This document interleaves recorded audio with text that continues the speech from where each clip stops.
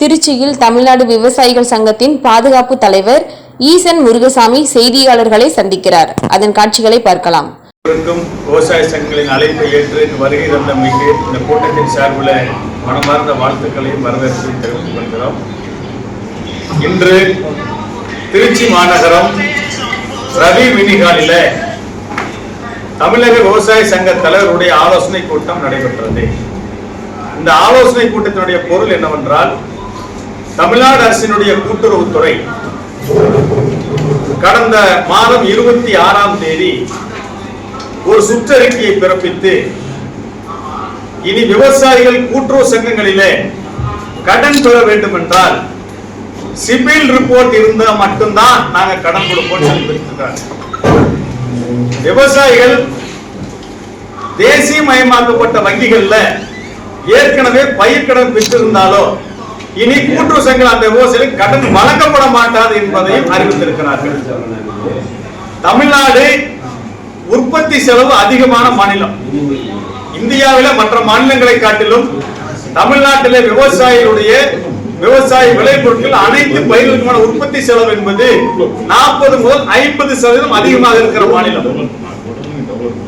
விவசாய தொழிலாளர்களின் சம்பளத்திலிருந்து, வாகனங்களின் வாடகையிலிருந்து, ஏன் தமிழ்நாட்டில் இருக்கக்கூடிய விதை மருந்து உர நிறுவனங்கள் கூட மற்ற மாநிலங்களை விட இங்கு அதிக விலைக்குத்தான் 30% விலை வச்சுதான் விற்கிறாங்க. அப்படி உற்பத்தி செலவு அதிகமா இருக்கிற தமிழ்நாட்டில் இன்னைக்கு ஒரு சராசரியா நெல்லுக்கு ஒரு ஏக்கருக்கு 76,000 உற்பத்தி செலவு ஆகுது. ஆனா தமிழ்நாட்டில் கொடுக்கக்கூடிய பயிர்க்கடன் அளவு வெறும் 36,000. இதே மாதிரி தான் தமிழ்நாடு முழுவதும் விவசாயிகளுக்கு அனைத்து பயிர்களுடைய உற்பத்தி செலவுல 40 முதல் 45% மட்டுமே இங்கு பயிர்க்கடனாக கொடுக்கிறாங்க. அப்ப மற்ற செலவு எங்க போறது? இன்னொரு வங்கியில, தேசியமயமாக்கப்பட்ட வங்கியில போய் இன்னொரு பயிர்க்கடனை பெற்றுத்தான் நாங்கள் விவசாயத்தை செய்ய வேண்டி இருக்கிறது. இந்த மாதிரியான சூழ்நிலையில இன்னைக்கு இவங்க பயிர்க்கடன் நீங்க கூட்டுறவு சங்கத்துல வாங்கணும்னா சிபில் ரிப்போர்ட் பார்ப்போம். நீங்க தேசியமயமாக்கப்பட்ட வங்கிகள்ல கடன் வாங்கியிருந்தீங்கன்னா உங்களுக்கு கூட்டுறவு சங்கத்துல கடன் கிடையாதுன்னு அறிவிச்சுட்டாங்க. ஏற்கனவே தேசியமயமாக்கப்பட்ட வங்கிகள்ல பூரா விவசாயில கடன் வாங்கி வச்சிருக்கோம். இப்ப கூட்டுறவு சங்கத்துல என்ன பண்ணிட்டாங்கன்னா, கூட்டுறவு சங்க செயலர்கள் பூரா விவசாயிகளை தந்திரமாக பேசி பணத்தை கட்ட வச்சுட்டாங்க.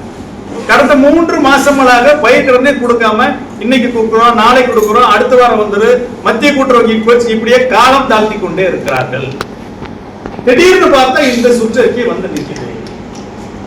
2017 இந்த கேசிசி கடன் சொல்லக்கூடிய கிசான் கிரெடிட் கார்டு ஸ்கீம்ல பயிர்க்கடன் பெறுவதற்கு சிபில் பார்க்கணும், சிபில் ஸ்கோர் பார்க்கணும், ரிசர்வ் வங்கியை தெரிவிக்கணும்.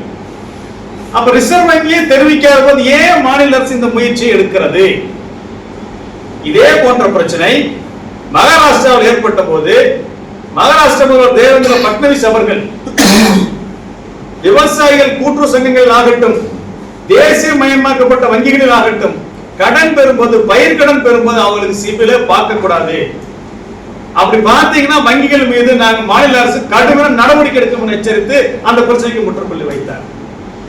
ஆனால் கடந்த மாதம் 26ஆம் தேதியிலிருந்து நாங்கள் அனைவரும் மாவட்ட ஆட்சியர்கிட்ட மனு கொடுக்கிறோம், அமைச்சர்கிட்ட பேசுறோம், அறிக்கை செய்யறோம். எந்த பதிலுமே கூட்டுறவுத்திலிருந்து வர மாட்டேங்குது. மிக கடுமையான சூழ்நிலையில இன்னைக்கு தமிழ்நாட்டு விவசாயிகள் இருக்கிறார்கள். விவசாயிகளுடைய கடைசி நம்பிக்கை கூட்டுறவு சங்கங்கள். இன்னைக்கு அதுவும் சிதைக்கப்படக்கூடிய அபாயம் தற்போது நேர்ந்திருக்கிறது.